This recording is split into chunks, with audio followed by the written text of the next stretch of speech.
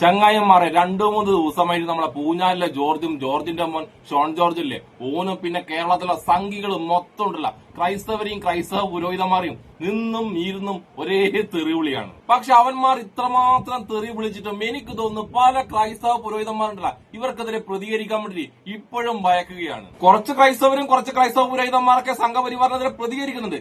എന്നാലും ശരിക്കും പ്രതികരിക്കേണ്ട പല പുരോഹിതന്മാരുണ്ടല്ല ഇപ്പോഴും മൗനത്തിലാണ്, ഭയത്തിലാണ്, മടിയിൽ കനമുള്ള ഭയമില്ലേ ആ ഭയത്തിലാണ്. അങ്ങനെ ഇരിക്കുമ്പോഴുണ്ടല്ല ഇന്നലെ ഞാനുണ്ടല്ല ഒരു ക്രൈസ്തവ പുരോഹിതൻ PC ജോർജിനെയും ഷോൺ ജോർജിനെയും എന്തിനും BJPനെയും ഇട്ടലക്കുന്ന ഒരു വീഡിയോ കണ്ടു. ഈ പുരോഹിതനുണ്ടല്ല ഇടക്കിടക്ക് സംഘപരിവാറിനെതിരെ നല്ലോണം പ്രതികരിക്കുന്ന പുരോഹിതനാണ്. അദ്ദേഹത്തിന്റെ പേരാണ് ജോൺസൺ തേക്കടിയിൽ. അദ്ദേഹം ഇന്നലെ നടന്ന ഒരു ന്യൂസ് ചർച്ചയിലുണ്ടല്ല നല്ലോണം PC ജോർജിനൊക്കെ ഉണ്ടല്ല വയറ് നിറയെ കൊടുത്തിട്ടുണ്ട്. നമുക്കെന്തായാലും ഉണ്ടല്ല അദ്ദേഹം PC ജോർജിനെയും ഷോൺ ജോർജിനെയും BJPനെയും ഒക്കെ കണ്ട വഴി ഓടിക്കുന്ന ആ മനോഹരമായ വീഡിയോ ഒന്ന് കണ്ടിട്ട് വന്നാലോ.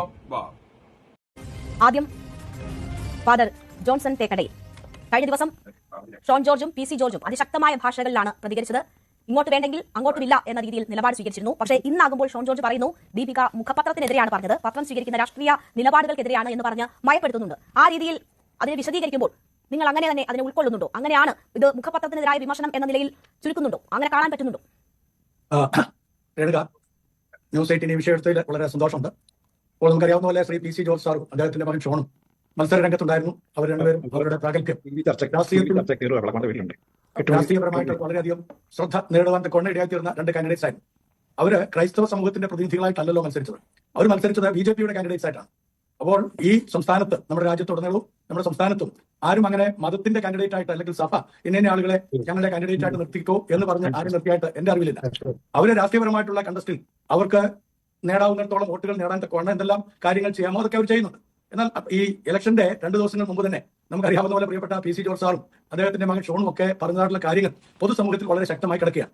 ഞാൻ എന്റെ ഓർമ്മയെ കുറച്ച് പിന്നോട്ട് കൊണ്ടുപോവുകയാണ്. നമ്മുടെ ശ്രീ PC ജോർജ് സാറ് കുറച്ച് നാളുകൾക്ക് മുമ്പ് അഥവാ BJP കയറുന്നതിനൊക്കെ കുറച്ച് നാളുകൾക്ക് മുമ്പ് അദ്ദേഹം 2 പ്രാവശ്യം നമ്മുടെ ബഹുമാന്യനായിട്ടുള്ള ആദരണീയനായിട്ടുള്ള പ്രധാനമന്ത്രിയെ കുറിച്ച് 2 തരത്തിലുള്ള അഭിപ്രായങ്ങൾ പറഞ്ഞു. ഒരിക്കൽ അദ്ദേഹം പറഞ്ഞു മോഡിജി ആണ് ഏറ്റവും നല്ല വ്യക്തി. അത് കഴിഞ്ഞിട്ട് അദ്ദേഹം പിന്നീട് പറഞ്ഞത് ഞാൻ വിചാരിച്ചു മോഡി ഒരു നല്ല ഭരണാധികാരി ആയിരിക്കുന്നു, എന്നാൽ അദ്ദേഹത്തെ പോലെ ഇത്രയും മോശപ്പെട്ട ഒരു ഭരണാധികാരി ഇന്ത്യ കണ്ടിട്ടില്ല എന്നും ഇതേ PC ജോർജ് സാർ പറഞ്ഞു.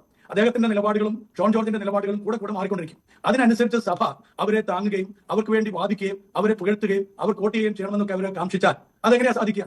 നമുക്കൊക്കെ അപ്പ കാണുന്നതിനെ കയറി അപ്പ എന്ന് വിളിക്കാൻ താല്പര്യമില്ലാത്ത ആളുകളാണല്ലോ. നമുക്കൊക്കെ ഒരു രാഷ്ട്രീയപരമായിട്ടുള്ള നിലപാടുകളുണ്ട്. ആ നിലപാടുകൾ ഉറച്ചു നിൽക്കുവാൻ കൊണ്ട് ഇടയാക്കുന്നവരാണ്. അപ്പോൾ അതിന് ക്രിസ്തീയ സഭയോ പിതാക്കന്മാർ സഭയുടെ മെത്രാന്മാരെയോ അച്ഛന്മാരെയോ അല്ലെങ്കിൽ അതിന്റെ ചുമതലക്കാരെയോ ഒക്കെ കുറ്റപ്പെടുത്തിയതുകൊണ്ട് കാര്യമുണ്ട്. തങ്ങൾക്ക് വോട്ട് കുറയാൻ കാരണം അവര് വേണ്ടുന്ന പോലെ ജനം അംഗീകരിച്ചില്ല എന്നുള്ള ആ ഒരു ബോധ്യം അവരിൽ ഉണ്ടാകുകയും സഭയോ സഭയുടെ നേതൃത്വ നിരയോ കുറ്റപ്പെടുത്താതിരിക്കുകയും ചെയ്യുകയായിരുന്നു ഏറ്റവും ഉചിതമായിട്ടുള്ള കാര്യം. ഇനി അത് ദീപിക പത്രവുമായിട്ട് ബന്ധപ്പെടുത്തിക്കൊണ്ട് സംസാരിക്കുമ്പോൾ ഞാൻ അതിന്റെ പ്രധാന ചുമതലക്കാരുമായിട്ടൊക്കെ സംസാരിച്ചപ്പോൾ എനിക്ക് മനസ്സിലായ ഒരു കാര്യം, അവരാരും ഇവരെ ഫോക്കസ് ചെയ്തുകൊണ്ടല്ല സംസാരിച്ചത്.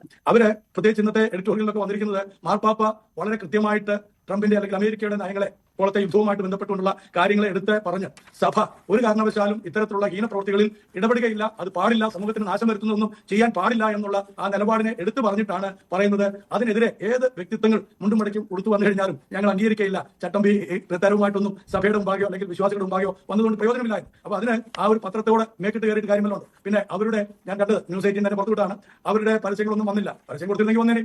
ഏത് പത്രത്തിലും പരസ്യം കൊടുക്കുമ്പോഴാണല്ലോ പരസ്യങ്ങൾ വരുന്നത്. ഇപ്പോൾ ഓരോരുത്തരുടെയും നിലവാരം അനുസരിച്ച് എന്തൊക്കെ കാര്യങ്ങൾ ചെയ്യണം, എങ്ങനെയൊക്കെ ചെയ്യണം എന്നുള്ള അവരോട്ടറിയാം. അപ്പൊ അതിനൊക്കെ പത്രപ്രവർത്തകരെയും പത്രത്തെയൊക്കെ കുറ്റപ്പെടുത്തിയതുകൊണ്ടോ ഒറ്റപ്പെടുത്താൻ ശ്രമിക്കുന്നുണ്ടോ അതൊന്നും വിലപ്പോകുകയല്ല. പിന്നെ ക്രിസ്തീയ സഭയെ സംബന്ധിച്ചിടത്തോളം ഷോൺ പറഞ്ഞതുപോലെ സഭയെ വേണ്ട എന്നോ സഭയ്ക്ക് അദ്ദേഹത്തെ വേണ്ട എന്നോ അങ്ങനെയുള്ള കാര്യങ്ങളൊന്നും ഇവിടെ ഞങ്ങൾ ആരും പറഞ്ഞിട്ടില്ല. സഭ എന്ന് പറയുന്നത് ക്രിസ്തുയേശുവിന്റെ രക്തത്താൽ വീണ്ടെടുക്കപ്പെട്ടവരുടെ കൂട്ടമാണ്. വിശ്വാസത്താൽ യേശു ക്രിസ്തുവിനെ ഹൃദയത്തിൽ രക്ഷകരായി സ്വീകരിച്ചവരുടെ കൂട്ടമാണ് സഭ. ആ സഭയിൽ ചേർക്കുന്ന കർത്താവാണ്, മനുഷ്യരല്ല. അപ്പോൾ ആ സഭയുടെ ചുമതലക്കാരായിട്ടുള്ള പട്ടക്കാരോ മെത്രാന്മാരോ ഒക്കെ അവരെ ആത്മീയമായിട്ട് വളർത്താൻ വേണ്ടി നിയുക്തരായിട്ടുള്ള വ്യക്തികളാണ്. അപ്പോൾ ഇവർ പറയുന്ന അനുസരിച്ച് താളം തുള്ളുന്നില്ല എന്ന് കണ്ടു കഴിഞ്ഞാൽ ഞങ്ങൾക്ക് വേണ്ട എന്ന് പറയത്തക്കവണ്ണം അത്ര ഹീനമായി പോയോ അവരുടെ താമരപ്പൂവിനുള്ള ഇരിപ്പ് എന്നുള്ളതാണ് എന്റെ വ്യക്തിപരമായിട്ടുള്ള ഒരു ചോദ്യം. ഇപ്പോ അവർ ദീപിക മുഖപത്രവുമായി ബന്ധപ്പെട്ടുള്ള വിഷയത്തിലേക്ക് ഷോൺ ജോർജ് ഈ വിഷയത്തെ ചുരുക്കുമ്പോൾ PC ജോർജ് പിന്നെയും ഒരു കാര്യം കൂടി പറയുന്നുണ്ട്. മെത്രാന്മാർ രാഷ്ട്രീയം പറഞ്ഞാൽ രാഷ്ട്രീയമായി തന്നെ താൻ നേരിടും എന്നതാണ് പറയുന്നത്. അദ്ദേഹം ആരാണ് ആ രീതിയിൽ പേരെടുത്ത് തന്നെ പറയുന്നുണ്ട്. കാഞ്ഞിരപ്പള്ളി പിതാവ് UDFന് വോട്ട് ചെയ്യാൻ പറഞ്ഞു എന്നതാണ് അദ്ദേഹത്തെ പ്രകോപിപ്പിച്ചിരിക്കുന്ന കാര്യം. അപ്പോൾ പിതാക്കന്മാർ ഈ രീതിയിൽ തെരഞ്ഞെടുപ്പ് പ്രക്രിയയിൽ അഭിപ്രായ രൂപീകരണത്തിനും അല്ലെങ്കിൽ വോട്ട് ആർക്ക് ചെയ്യണം എന്ന തരത്തിലുള്ള നിർദ്ദേശങ്ങൾ നൽകുന്നു. മഠത്തിൽ വരെ വിളിച്ച് അത്തരം നിർദ്ദേശങ്ങൾ നൽകി. അങ്ങനെ രാഷ്ട്രീയം പറയുന്നവരെ രാഷ്ട്രീയമായി തന്നെ താൻ നേരിടും. അത് സഭയ്ക്കെതിരായ തന്നെ നീക്കമല്ല, രാഷ്ട്രീയം പറയുന്ന പിതാക്കന്മാർക്കെതിരെയാണ് എന്ന് PC ജോർജ് പറയുന്നുണ്ട്. അപ്പോൾ അത്തരം ഇടപെടലുകൾ നടക്കുന്നുണ്ടോ സഭാ നേതൃത്വത്തിൽ നിന്ന്? രേണുക, ഒരു കാര്യം നമ്മൾ മനസ്സിലാക്കണം. എല്ലാ ബിഷപ്പുമാർക്കും, എല്ലാ അച്ഛന്മാർക്കും, എല്ലാ സന്യസ്തരായിട്ടുള്ള കന്യാസ്ത്രീകൾമാർക്കും അവരവരുടെ രാഷ്ട്രീയമുണ്ട്. അവരവർക്ക് ആ രാഷ്ട്രീയം വിശ്വസിക്കാനും അംഗീകരിക്കാനും അതിന്റെ അടിസ്ഥാനത്തിലാണല്ലോ നമ്മളൊക്കെ വോട്ട് ചെയ്യുന്നത്. എനിക്ക് എന്റേതായിട്ടുള്ള രാഷ്ട്രീയമുണ്ട്, രേണുകയ്ക്ക് രാഷ്ട്രീയമുണ്ട്, എല്ലാവർക്കും ഉണ്ട്. അപ്പോൾ ആ രാഷ്ട്രീയത്തിൽ തങ്ങൾക്ക് അനുകൂലമായിട്ട് ആരൊക്കെ പ്രവർത്തിക്കുമോ അവർക്കായിരിക്കും തങ്ങളുടെ വോട്ട് കൊടുക്കുക. അത് പരസ്പരം നമ്മൾ സംസാരിക്കുന്ന കൂട്ടത്തിൽ പലപ്പോഴും പറയും, ഇന്ന ആളുകളൊക്കെ വന്നിട്ടുണ്ടെങ്കിൽ നമുക്ക് ഒരു പക്ഷേ നമ്മുടെ ഇന്ന പ്രശ്നങ്ങൾക്ക് ഒരു പരിഹാരം കണ്ടെത്താൻ സാധിക്കുമായിരുന്നു എന്ന് ചിലരൊക്കെ പങ്കുവെക്കാറുണ്ടായിരിക്കും. എന്നാൽ അത് അവനവന്റെ ഓരോ വ്യക്തികളുടെ ആഗ്രഹവും താല്പര്യവും അനുസരിച്ചാണ്. അതിന് ഇന്ന പോലെ ചട്ടക്കൂട്ടിൽ ഇന്ന ആളുകളെ ജയിപ്പിക്കണമെന്നൊന്നും അങ്ങനെ ഒരു സഭ അങ്ങനെയൊന്നും ഒരു നിലപാട് എടുത്തായിട്ട് ഞാൻ കേട്ടിട്ടില്ല, ഞാൻ അറിഞ്ഞിട്ടില്ല, എനിക്ക് അറിയത്തുമില്ല. അപ്പം ഇത് ആരൊക്കെയോ അദ്ദേഹത്തോട് പറയുകയോ അല്ലെങ്കിൽ അദ്ദേഹത്തിന്റെ പരാജയഭീതി ഉള്ളിൽ വന്നിട്ട് അദ്ദേഹം പറഞ്ഞാണോ പങ്കുവെച്ചാണോ എന്ന് എനിക്ക് അറിഞ്ഞുകൂടാ. ഇന്ന് പറയുന്നല്ലോ നാളെ അദ്ദേഹം പറയാം. അതുകൊണ്ട് അദ്ദേഹത്തിന്റെ ഇന്നത്തെ വാക്കുകളും ഒന്നും തന്നെ നമ്മുടെ മുഖവിലേക്ക് എടുക്കാതിരിക്കുന്നതാണ് നല്ലത്. കാരണം ഇന്നലെ അദ്ദേഹം 2 ദിവസം മുമ്പ് പിതാക്കന്മാരെ എല്ലാം തന്നെ ഊളന്മാരെന്ന് വിളിച്ചാണ്, അല്ലെ, ഊളന്മാരെന്ന് വിളിച്ചാണ്. എന്നിട്ട് അത് മാറ്റി പറഞ്ഞു. അപ്പൊ അതുകൊണ്ട് ഞാൻ പറഞ്ഞത്, അദ്ദേഹത്തിന് സ്വയമേ ഒരു തീരുമാന ശക്തിയില്ല. അദ്ദേഹത്തിന്റെ വായി തോന്നുന്നത് ആർക്കോ പാട്ടെന്നൊക്കെ നമ്മൾ കേൾക്കാറുള്ളത് പോലെ അങ്ങ് പറയുന്നു. അതിനകത്ത് യാതൊരു രാഷ്ട്രീയവുമില്ല, രാഷ്ട്രീയ ബോധമില്ല. അതിനാണ് ഞാൻ വളരെ നല്ലൊരു ഉദാഹരണം ചൂണ്ടിക്കാണിച്ചത്. നമ്മുടെ പ്രധാനമന്ത്രിയെ പോലും അദ്ദേഹം വളരെ മോശമായിട്ട് ബിജെപിയിൽ ചേരുന്നതിന് മുമ്പായിട്ട് പറഞ്ഞ ഇടക്കാലത്തൊന്ന് പോയിട്ട് എൻഡിഎ പോയിട്ട് ആ സമയത്ത് അദ്ദേഹം നല്ലതായിട്ട് വാഴ്ത്തിയതിന് ശേഷം അവിടുന്ന് തിരിച്ചു പോരാൻ നേരത്ത് അങ്ങനെ പറഞ്ഞ ആളാണ്. അപ്പം അദ്ദേഹത്തിന്റെ വാക്കുകൾക്ക് ആരുടെ ചാക്കിനോടാണ് നമ്മൾ ഉപമിക്കേണ്ടതെന്ന് മാത്രം ചിന്തിച്ചാൽ മതി. ശരി, അപ്പോ ഏത് രാഷ്ട്രീയ അവസരവാദി മുണ്ടും മടക്കി കുത്തി വന്നാലും ഇത് തന്നെ നിലപാടെടുക്കും എന്നതാണ് ദീപിക ഇന്ന് മുഖപ്രസംഗത്തിൽ പറഞ്ഞത്. ഫാദറിന്റെ വാക്കുകളും അത് തന്നെയാണ് സൂചിപ്പിക്കുന്നത്. രാഷ്ട്രീയ അവസരവാദത്തിനൊത്ത് നിലപാട് മാറ്റുന്നവരെ ആ നിലയിൽ തന്നെ കാണും എന്നതാണ് ഫാദർ പറഞ്ഞു വെക്കുന്നത് എനിക്ക് മനസ്സിലാകുന്നു. ഞാൻ താങ്കളിലേക്ക് നിങ്ങളൊക്കെ കേട്ടല്ലോ, ഈ പുരോഹിതന്റെ നാലിലൊന്ന് ധൈര്യം ഉണ്ടല്ല മറ്റുള്ള പുരോഹിതന്മാരൊക്കെ കാണിച്ചിട്ടില്ല. ഉത്തരേന്ത്യയിലുണ്ടല്ല ക്രൈസ്തവരെ ആക്രമിക്കുന്ന സംഘപരിവാറുണ്ടല്ല, അവര് പോലും പേടിച്ചു പോകും. ഇങ്ങനെ നട്ടലോടുകൂടി ഓരോ ക്രൈസ്തവ പുരോഹിതനും സംഘപരിവാറിനെതിരെ സംസാരിക്കുമ്പോൾ എല്ലാ സംഖ്യകളും ഇന്ത്യയിൽ മൊത്തമുള്ള സംഖ്യകളുണ്ടല്ല ക്രൈസ്തവരെ ഒന്ന് തൊടാൻ ഭയക്കും. എന്താ ചെയ്യാ, ദൗർഭാഗ്യവശാൽ അങ്ങനെ നട്ടെല്ല് കാണിക്കാത്തത് കൊണ്ടാണ് ഉത്തരേന്ത്യയിലെ ക്രൈസ്തവർക്ക് നേരെ ഇത്രമാത്രം അക്രമങ്ങൾ സംഖ്യകൾ കാണിക്കുന്നത്. പക്ഷെ എനിക്കുള്ള ആകെ ഒരു സമാധാനം എന്താ പറയാ, ഈ 3-4 ദിവസത്തിനുള്ളിലുണ്ടല്ല കേരളത്തിലെ സംഖ്യയുടെയും ഇന്ത്യയിലെ സംഖ്യയുടെയും വൃത്തികെട്ട മുഖമുണ്ടല്ല ഏകദേശം ക്രൈസ്തവര് 90% ക്രൈസ്തവരും മനസ്സിലാക്കി കഴിഞ്ഞു. കാരണം ഉണ്ടല്ല ഇത്തരം വീഡിയോക്കടിയിലുണ്ടല്ല ക്രൈസ്തവർക്കെതിരെ എത്രമാത്രം വൃത്തികെട്ട രീതിയിലാണ് സംഖ്യകൾ കമന്റ് ഇടുന്നതെന്നറിയോ. അതൊക്കെ കണ്ടാലുണ്ടല്ല നിങ്ങളൊക്കെ ഞെട്ടിപ്പോകും. അത്രമാത്രം അറപ്പും വെറുപ്പുണ്ടാക്കുന്ന രീതിയിലാണ് പച്ച വർഗീയത പറഞ്ഞാണ് ക്രൈസ്തവരെ സംഖ്യകൾ അതിശയിപ്പിക്കുന്നത്.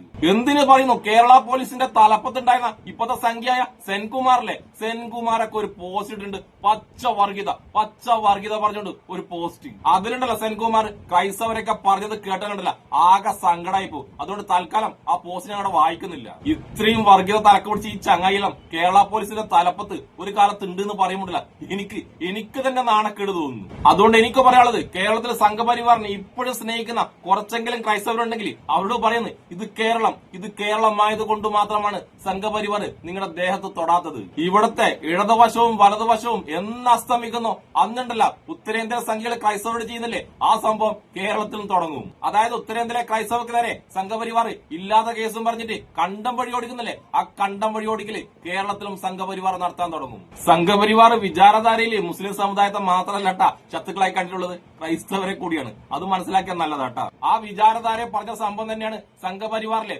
ഓരോ സംഖ്യകളെയും മുന്നോട്ട് നയിക്കുന്നത്. അല്ലാതെ കുറെ ക്രിസംഖ്യ നേതാക്കന്മാർ പറയുന്ന പോലെ സംഘപരിവാർ ക്രൈസ്തവരെ വല്ലാണ്ടങ്ങ് സ്നേഹിക്കുന്നുണ്ടെന്നൊക്കെ പറഞ്ഞിട്ട് അതൊക്കെ നിങ്ങൾ വിശ്വസിക്കുന്നെങ്കിൽ അത് നിങ്ങളുടെ നാശത്തിലേക്കുള്ള പോക്കാണ്. ആ ക്രിസംഖ്യ നേതാക്കള് അത്തരം കള്ളത്തരങ്ങൾ പറഞ്ഞത് അവരുടെ കീശയുണ്ടല്ല, അവരെ കീശ നടക്കാൻ വേണ്ടി മാത്രമാണ്. അതുകൊണ്ട് അത്തരം ക്രിസംഖ്യ നേതാക്കന്മാരായ യുദാസുകളില്ലേ അവരെയാണ് നിങ്ങൾ ആദ്യം ഉണ്ടല്ല അരമനകളിൽ നിന്ന് അടിച്ചോടിക്കേണ്ടത്. ഏതായാലും സംഘപരിവാറിന്റെ ഉടായ്പ മൊത്തം മനസ്സിലാക്കിയ ജോൺസൺ അച്ഛനും എന്നെ ഇഷ്ടപ്പെടുന്ന എല്ലാവർക്കും എന്റെ ഒരു നല്ല സുലാൻ.